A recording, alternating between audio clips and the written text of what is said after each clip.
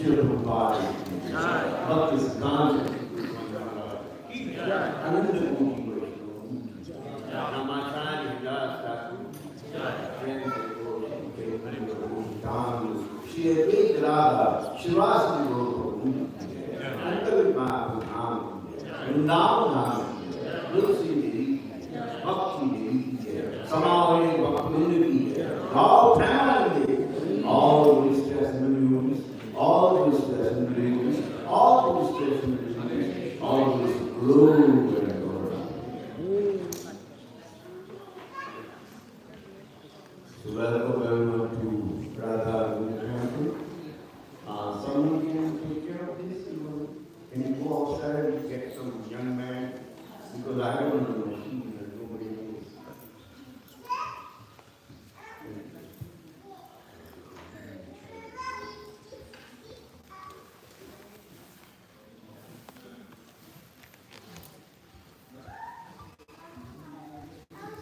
Hare Krishna.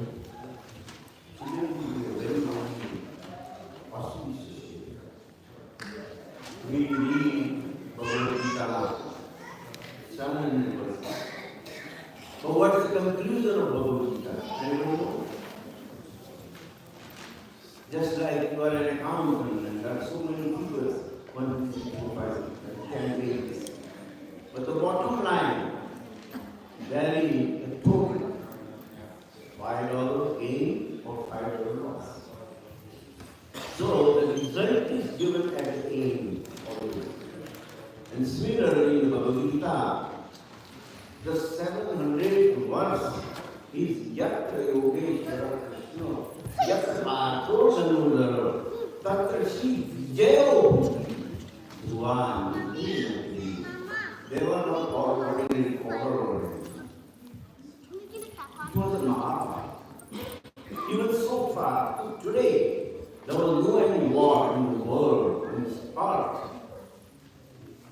like that. And that Mahabharata has been won. Vijaya. So Bhagavad Gita was spoken, and he says, wherever there is Krishna, there is victory. Tatra Shri Vijayo Bhuti. And today, that is why Vijaya Ekadashi, there are 26 Ekadashi, all in the total year. But this particular Ekadashi is very much important because just like in Bhagavad Gita, what was required? Vijaya, right? Arjuna never wanted to Pandava never wanted to lose the war. They wanted a victory. That was the bottom line. And they achieved it by inspiration of Lord Sri Krishna. Similarly, all these 26 Ekadashis are there, but this particular Ekadashi is most important because it is known as Vijaya Ekadashi. He awards you the victory. Here, in the Garuda Purana, you see that there is some over there, there is a bird over there. Krishna is talking to that bird, Garuda, in the Garuda Purana. And he says, there are 5 goals for the people who are drowning in the ocean of worldly existence. Mahavishnushcha Gitascha Vrindavanishcha Ekadashi. Lord Vishnu is one, Bhagavad Gita is second, Srimati Tulsi Devi is third, the cow is the fourth, and finally this Vijaya Ekadashi is very important. That's what is given in the Garuda. This came from the Bhagavan's word. Krishna is talking to Garuda. He is curious. Tell me, what do you like? Right? The bird is asking, the career of Mahavishnu is asking. And he said, these are the 5 things which can take you to cross the ocean of nations. Then it says, of all plants, the sacred Tulsi is most dear to me. Of all months, places to pilgrimage, the beloved Dwarka is most dear to me, and of all Ekadashis, Vijaya Ekadashi is very dear to me. So again, he is enforcing on Ekadashi, and that is Vijaya Ekadashi. It is today. I don't want to ask how many people are following because they may not even know today is Ekadashi. Right?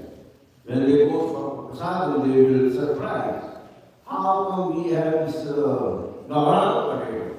I was expecting some this kind of sabji or that kind of sabji or this kind of halwa, puri.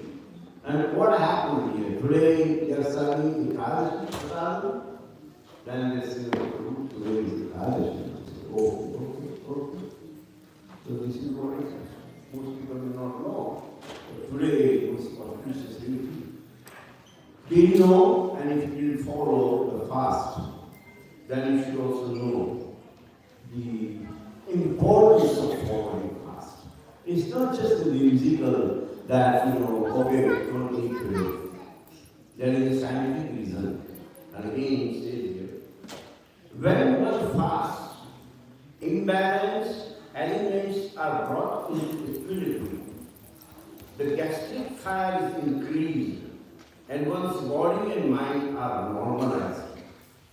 In addition, one gains physical lightness, a healthy appetite, a healthy thirst, a pleasant disposition, and good digestion, as well as strength, energy, and vigor.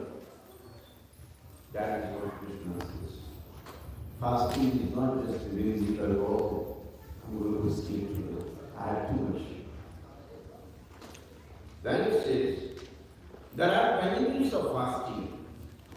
Clearness of sensory and motor organs, proper exertion of waste, lightness of the body, hearty appetite, timely appearance of hunger and thirst, purity of pericardial regions, clearness of irritations and the throat, relaxation of acute tension in the body, cheerfulness and freedom from sluggishness.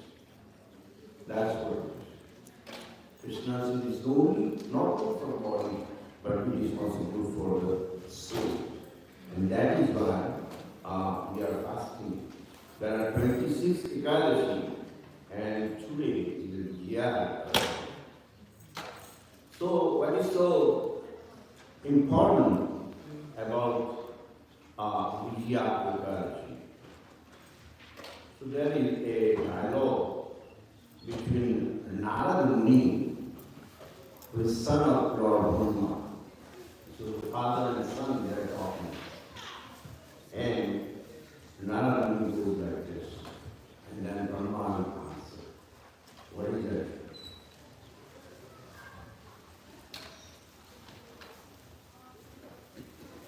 It says,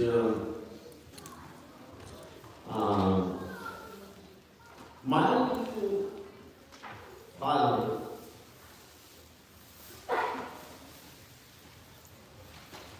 Lord Brahma sits on the lotus about Vijaya Ekadashi. Narada said, O best of them gods, kindly tell me, the merit one can achieve by faithfully observing Vijaya Ekadashi. So he is the one who is asking about Vijaya Ekadashi. Narada is asking Lord Brahma. Yadbhuyan paramam loke sarvaksha karamuna anyakasya chlakshakam tamme bruhi pitam. He is asking that please tell me about Vijaya. And then Lord Brahma is answering, Asti kunyatam vipra sarvaloko pakaram Krishnastu kavacham punyam tachunasva mam. He says, my dear son, this oldest of fasting days, pure, and it unifies all sense. I have never revealed this to anyone until today. But you can understand beyond any doubt that this Vijaya Ekadashi bestows the result indicated by its name. Vijaya means victory. So it was confirmed by Lord Brahma. And then he narrates Ramayana in a short briefing. When Lord Rama was exiled in the forest for 14 years, Goddess Sita and his divine brother Lakshmana stayed at a Panchavati as mendicants. Sita was kidnapped by Ravana. As you know, what's happening here, that Sita was kidnapped and Lord Rama and Lakshmana, they are looking for her. And then Rama said, what are you going to do now? So he says, we have to find out someone safe who can guide us in spiritual matter. So they went to the sage, and the sage said, O Lord Rama, I shall tell you of the most exalted of all fasts, observing which you will surely conquer Ravana and be eternally glorified. So he says, Ravana has taken your wife, and you will have a war. And in that war you will win. You will be victorious, because this particular Ekadashi is supposed to give you the victory. So Ravana, as Sita and Lord Rama were approaching Sugriva and Vali. You know the story, we won't go into Ramayana. But then what happens? Who is Sugriva and Vali? You know anybody? There was a saint named Gautama, and he had a very beautiful wife. Very beautiful. So all the demigods, they were all trying to get Ahalya. Now how can we help this woman? We can enjoy.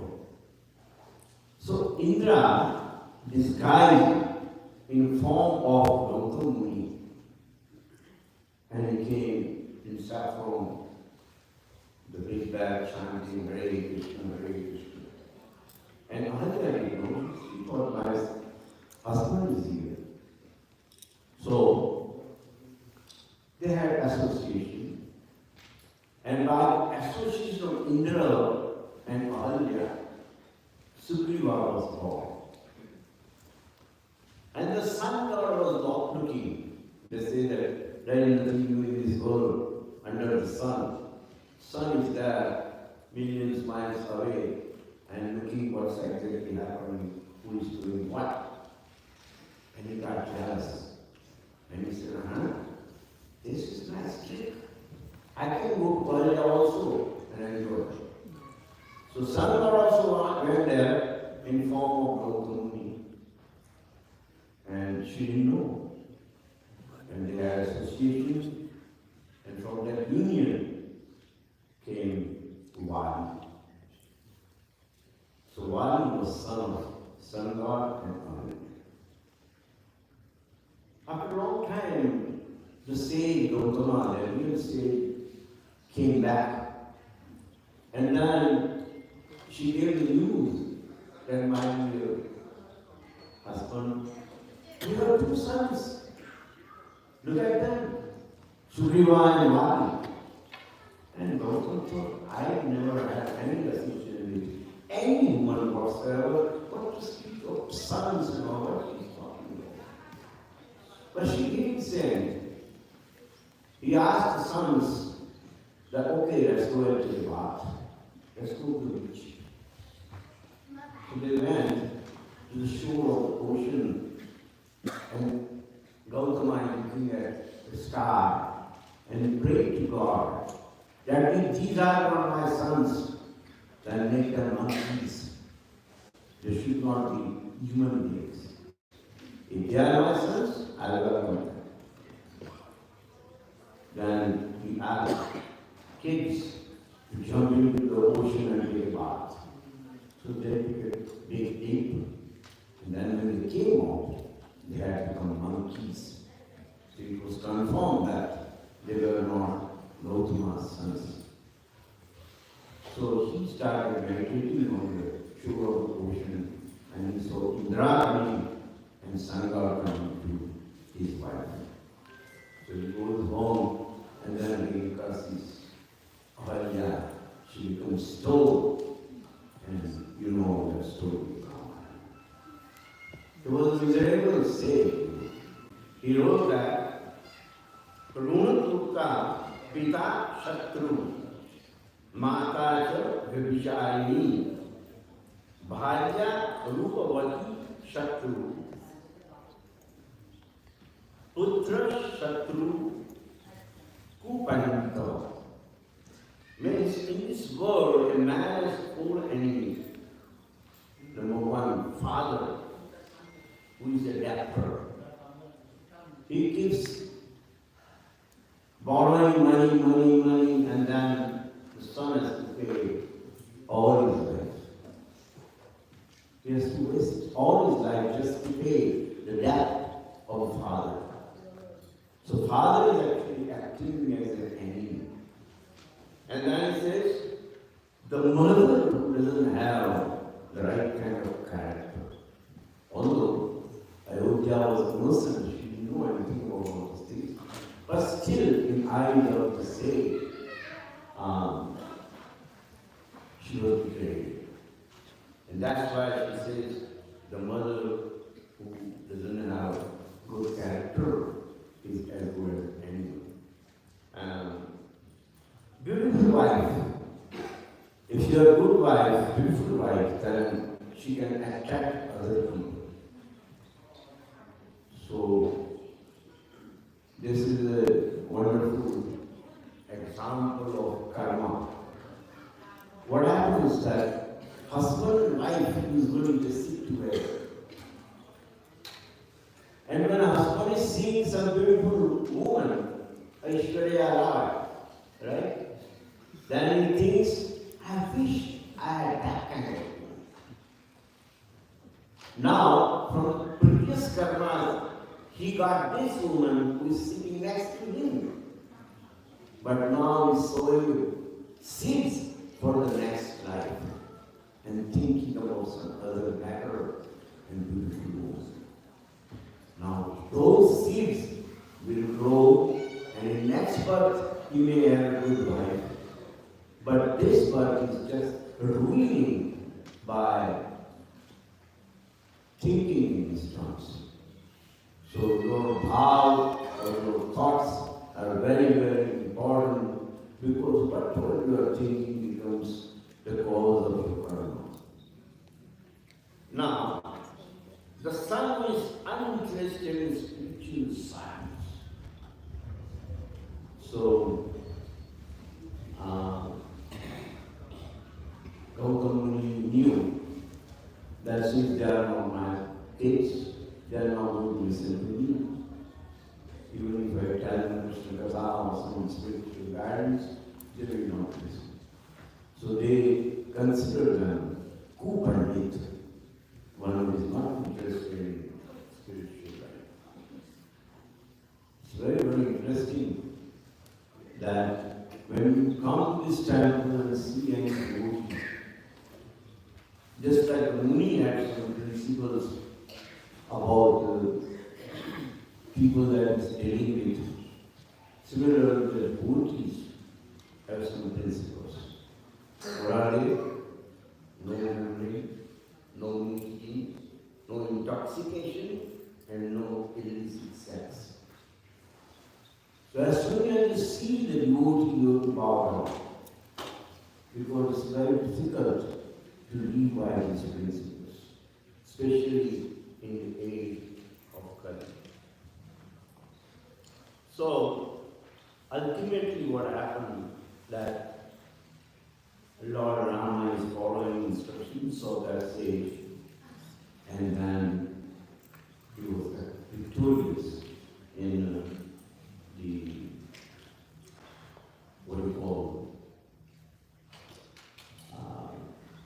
battle between Ravana in Sri Lanka. Now we can start on some other subject, but enough with Ekadashi.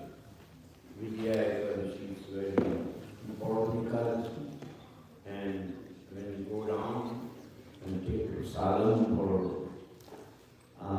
that particular purpose, then you will be benefited. Now, Srila Prabhupada has certain way to start the lecture and all that, so we will go from that formally. One mantra we will chant and that is Om Namo Bhagavate Vasudevaya. Om Namo Bhagavate Vasudevaya. Om Namo Bhagavate Vasudevaya. Anybody know the meaning of this particular mantra? Namo Bhagavate Vasudevaya. We chant that, but the translation is that I meditate upon that pure and spotless Supreme Personality of Godhead, Lord Shri Krishna, the absolute truth, who is free from suffering and death. That's the detailed meaning Sri Prabhupada says. Namo Bhagavate Vasudevaya means I meditate upon that pure and spotless Supreme Personality of Godhead, Lord Shri Krishna, the absolute truth, who is free from suffering and death. Then the next mantra is Narayanam Namaskritya Naram Chaiva Narottamam Devim Saraswatim Vyasam Tato Jayamudirayetu. Translation by Srila Prabhupada. One should offer respectful obeisances unto the personality of Godhead Narayan, unto Narayan Rishi, the supermost human being, unto Mother Saraswati, the goddess of learning, and unto Srila Vyasadeva, the author. So that's the meaning of that mantra. And the next one is Nashtaprayeshu Abhadreshu Nityam Bhagavata Sevaya Bhagavati Uttama Shloke Bhaktir Bhavati Nastaki. Translated by Sri Prabhupada. By regularly listening and reading Srimad Bhagavatam, by rendering of service to the pure devotees, all that is troublesome to the heart is almost completely destroyed, and loving service unto the personality of Godhead, who is praised in transcendental song, is established as an irrevocable fact. Irrevocable fact that is established in your heart. And that was the translation of this particular mantra. So we learned today about Ekadashi something. He also added one thing. Atyaharam prayasascha prajalpo niyamagraha janasungascha lorascha Sharati Bhakti Vinashya. Translation by Sri Prabhupada. One's devotional service is spoiled when he becomes too entangled in following 6 activities. What are the 6 activities? Eating more than necessary. That is where the fasting comes. You keep eating. But then, 2 days at least in a month, 15 days apart and on Ekadashi, we should be fasting. Because eating more than necessary or collecting more funds than required is disturbing to your spiritual life. Then, or endeavoring for mundane things that are very difficult to obtain. Some devotees take a day off because otherwise you will go and do some labor, unwanted work, whatever you are doing, and you waste your energy and you mind. It should be focused on Krishna that you cannot do that. So that is the second one.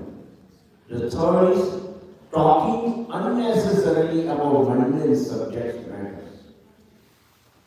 People talk about movies and newspapers and politics and all that. But that's not required. At least on Ekadashi you should not be talking anything nonsense, anything that's mundane.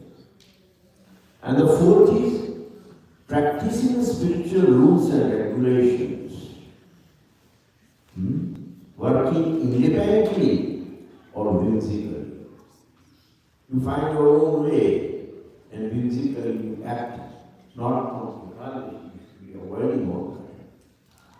And fifth is associating with worldly minded persons who are not interested in Krishna consciousness. This is fifth thing. And sixth, being greedy for mundane achievements. You should put your greed aside and then pass this particular day in the service of Guru Gauranga and Sri Radha.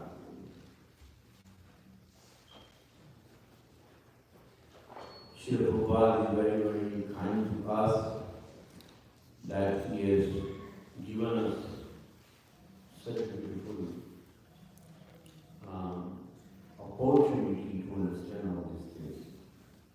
Just 2 days after today, there is going to be a very, very important day coming again, and that is Shivaratri. On Wednesday night, Shivaratri. All the temples all over the world, they are open to the public. Because 24 hours are divided into different parts for different kind of people. And then they allow them to worship Lord Shiva. So that is a very important event coming up right after 2 days. Today is Sunday, Monday, Tuesday, and Wednesday is Shivaratri. People have wrong idea about Lord Shiva. Scripture says,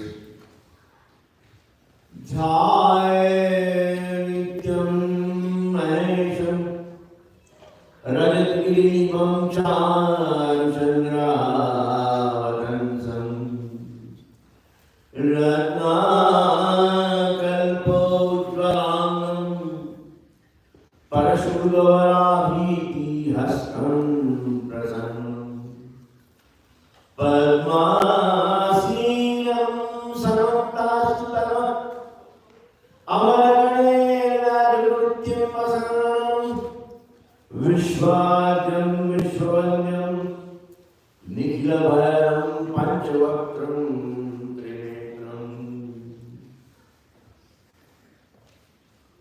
Sometimes devotees,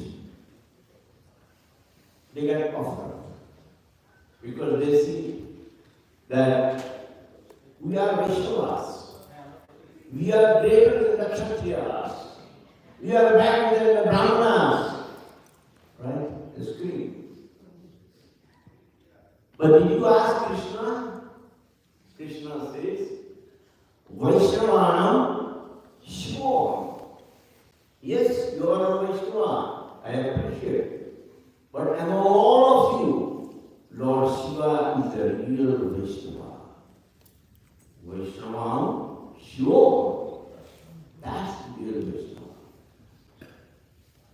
So, the thing is that particular day that we are talking about is here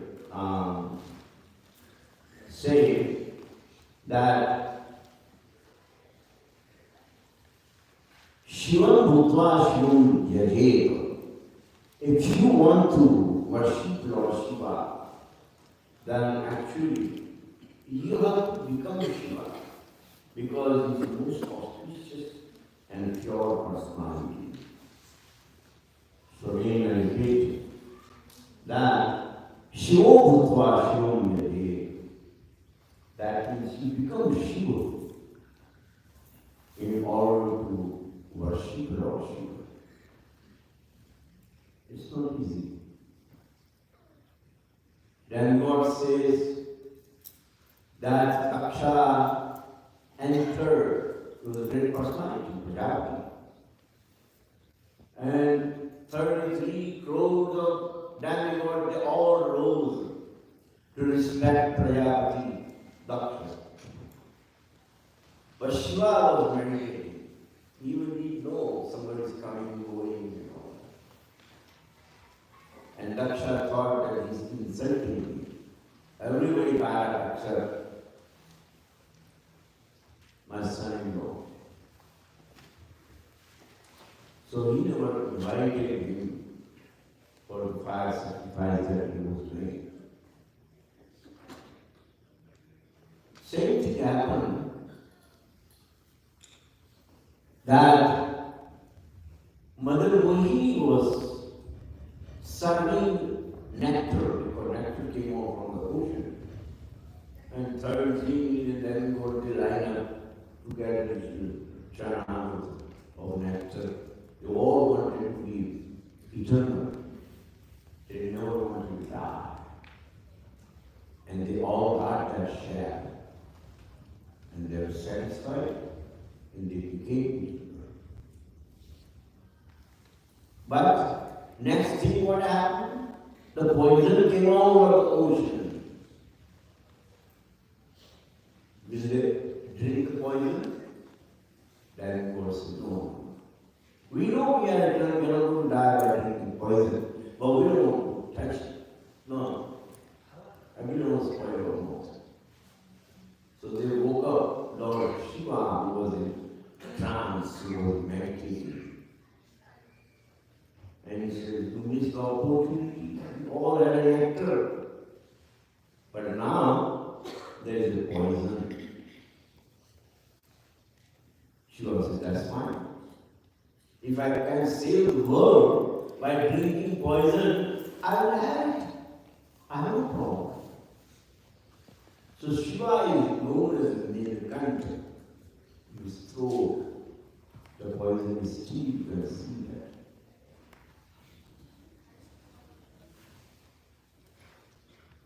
That is why people like Prabhu is drinking poison.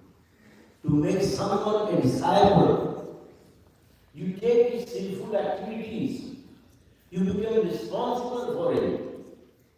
If he's involved in gambling, you take that sinful activity over your head. If he's drinking, if he's eating meat, if he's involved in sex, any kind of sinful activity, the guru is responsible, and it is as good as drinking poison. But Sri Prabhupada did that.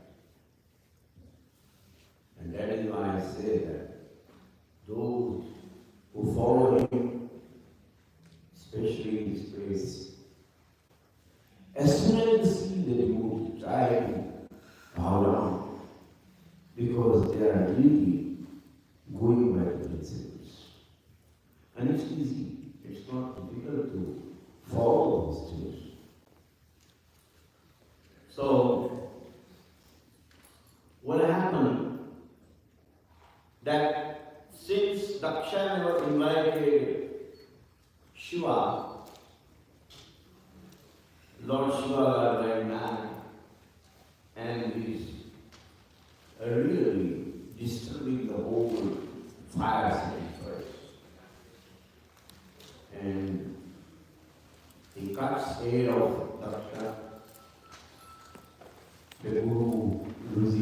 studies and hear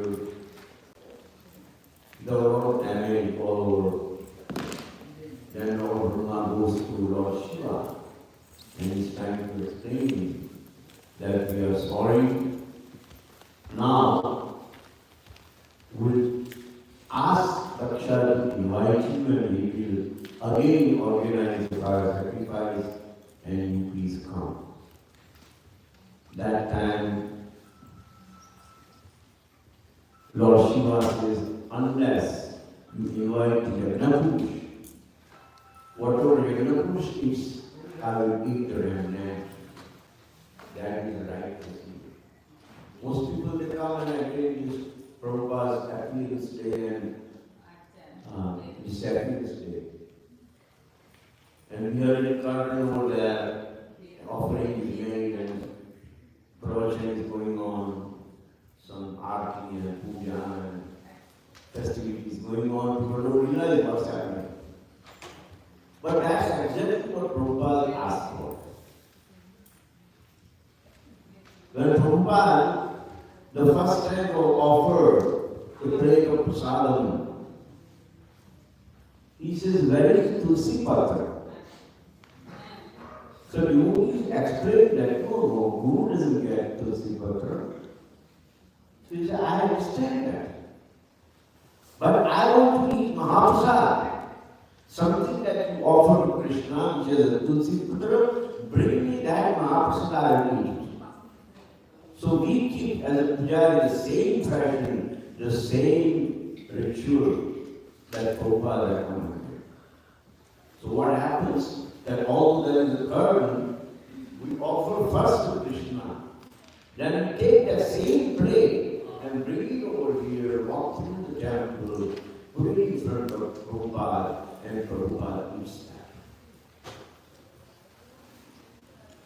So, Lord Shiva is also insisting that I must have presence of Yagnapurush. He must invite him. That's why Daksha also invites Yagnapurush.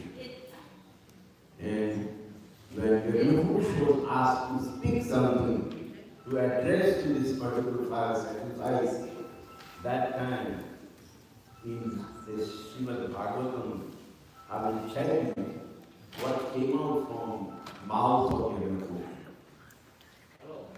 Bhagavan Vacha means Krishna himself says, and what he says, my dear Daksha, Dvija, I am the original personality of Godhead, but in order to create, maintain, annihilate this cosmic manifestation, I act through my material energy. And according to different grades of activity, my representations are differently named. Krishna says that I do the creation, I do the maintenance, I do annihilation, but I don't do all by myself. I have my representatives, my assistants with me, and they are as good as me. So, please respect him just like you are respecting me. That's what the Yagnapurush told Daksha and other people who were attending the fire sacrifice. That in order to make this cosmic manifestation go, I have to create, someone has to create. And I have assigned Lord Brahma to create. I maintain, but someone has to annihilate at aim, and that work is given to Lord Shiva. So don't see any difference between me and Brahma and Lord Shiva. This is how the statement is opening statement was. I'm reading from Canto 4, chapter 7, text number 15. Atma-maya samanasya. And then it says that the Lord continued, one who is not in proper knowledge thinks the demigods like Brahma, Shiva are independent or even he thinks that the living entities are independent. They are not independent. We are all connected. We are all one. That's what he's trying to say. Then it says, a person with average intelligence does not think the head and other parts of the body to be separate. Similarly, my devotee does not differentiate Vishnu, Brahma, or Shiva, the all-pervading personality of God, from anything or any living entity. That's what Krishna says. When someone comes, Prabhu is there, and I say, oh, where is there? The hands are there, the legs are there. No, I see there is one person. Similarly, he says, you should see that, okay, Brahma is here, or Shiva is here, or Vishnu is here. Yes, you should see as a total picture, a combined picture, just like head and hands and legs and everything becomes one body. And when you recognize the person as one person and not as different limbs of the body, similarly, he says, one should not be thinking individually that this is Brahma, this is Lord Shiva, this is Krishna. He said they should always look at us as one person. And then finally, very important, Trana e bhavana guru prashyati vedam sarvadhatmana brahmu sashantim adhigachyati. So the Lord continued, one who does not consider Brahma, Vishnu, Shiva, all the living entities in general to be separate from Supreme, and who knows Brahman, actually realizes this, others do not. So if you want peaceful life, if you are looking for peace, then you should not be distinguishing or putting somebody down or looking on somebody that, okay, that's Shiva and Mr. Krishna and Mr. Brahma and all that. That's what he says. That this is the peace formula he is giving. On February 7th, I attended seminar in United Nations, and they were inaugurating this World Peace Week from 7th February to 14th February. They declared the World Peace Week, Peace Week. And I had to give them this peace formula, only word, because I don't know any politics, but even from the world they should be getting message of Srila Prabhupada, which usually when I sprinkle the water I chant that mantra, and that mantra is Om Yoho Shanti Antariksh Shanti Prithvi Shanti Rava Shanti Raushadaya Shanti Vanaspata Shanti Vishwe Deva Shanti Brahma Shanti Sarvam Shanti Eva Shanti Sanam Shanti Vedi Om Shanti Shanti Shanti. This is amazing. Prabhupada says, O Supreme Lord, thy celestial regions are full of peace and harmony. Peace reigns on the earth and waters. The herbs and trees are full of peace. All the forces of nature are full of peace and harmony. There is peace and perfection in the eternal knowledge. Everything in the universe is peaceful, and peace pervades everywhere. O Lord, may that peace come to us. Simple translation, beautiful words, and that's all you can do. Once you chant, then yourself will appreciate Srila Prabhupada. So,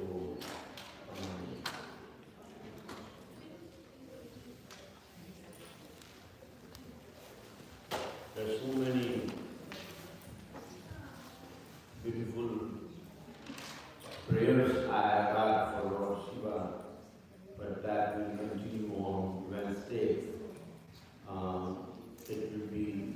also online. You can go to YouTube and what you call listen to the lecture, but that will be all about what you are with your prayers. So far as Brahma Samhita is concerned, Srila Prabhupada says by this particular verse, he includes in Lord Shiva.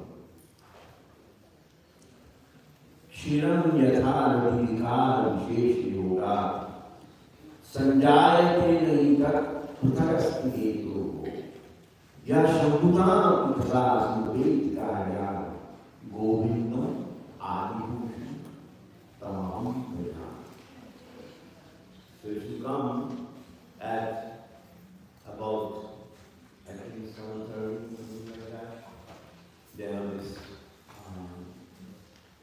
curtains open and there is Shungara, they dress up the people nicely and they do it for the whole day. And at the same time, they will sing this particular prayer. Govindam Adipurusham Tamam Bhajami. Everyone up there? You should come. 7:30 in the morning and try to attend. And it's very beautiful that you know kids prayer and when the group is going together, then it becomes small.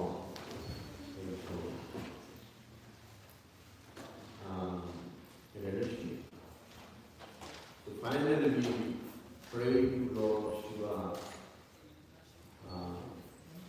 for upcoming Shivaratri, and that mantra is Atmatvam Girijamati Sahajra Prana Shariram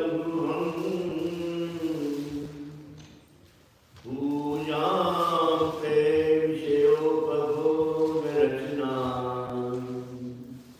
Nindra Samadhisthita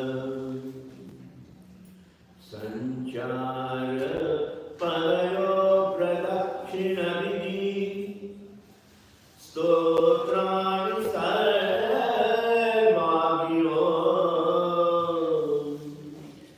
Yaya Karma Karomi Tattadakilam Shambho Tavaranam.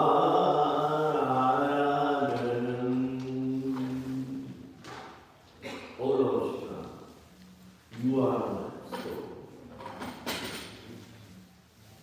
Your wife Parvati is my conscience. My life is your energy.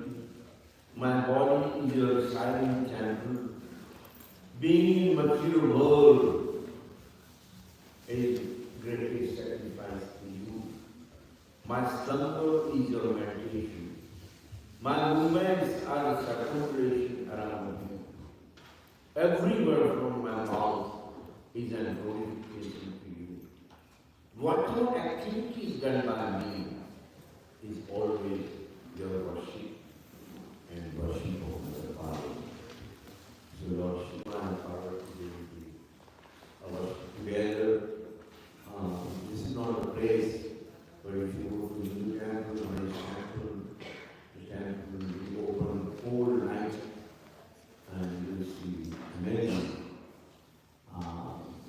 crowd, even in the middle of night, 12 o'clock, 2 o'clock, people are there. We will be safe and worship Lord Shiva.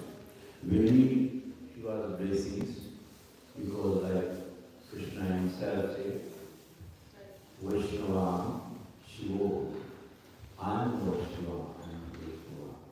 That is why we need his blessings. So, with this word we will conclude this particular lecture. We covered the fastest way in Bihari and as the Shivaratri.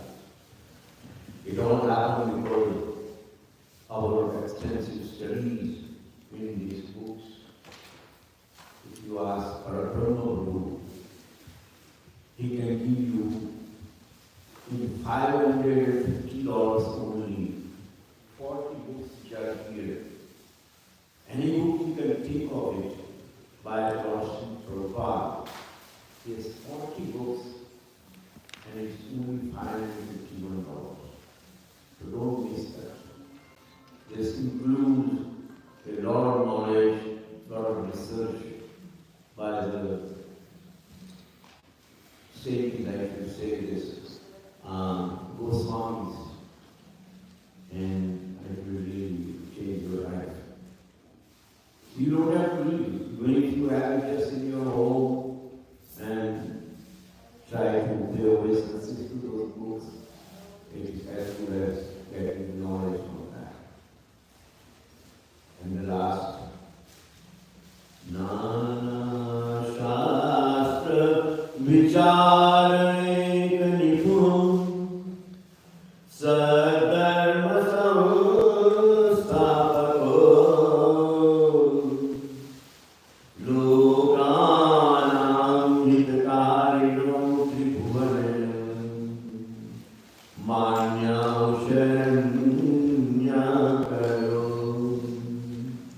Radha Krishna Padaravinda Bhajanam Nandana Tariko Vande Rupa Sanatana Rabhyugo Shri Jiva Gopalako. Obeisances to six Goswamis, who are very expert in scrutinizing and studying all the living scriptures with the aim of establishing eternal religion, religious principles for the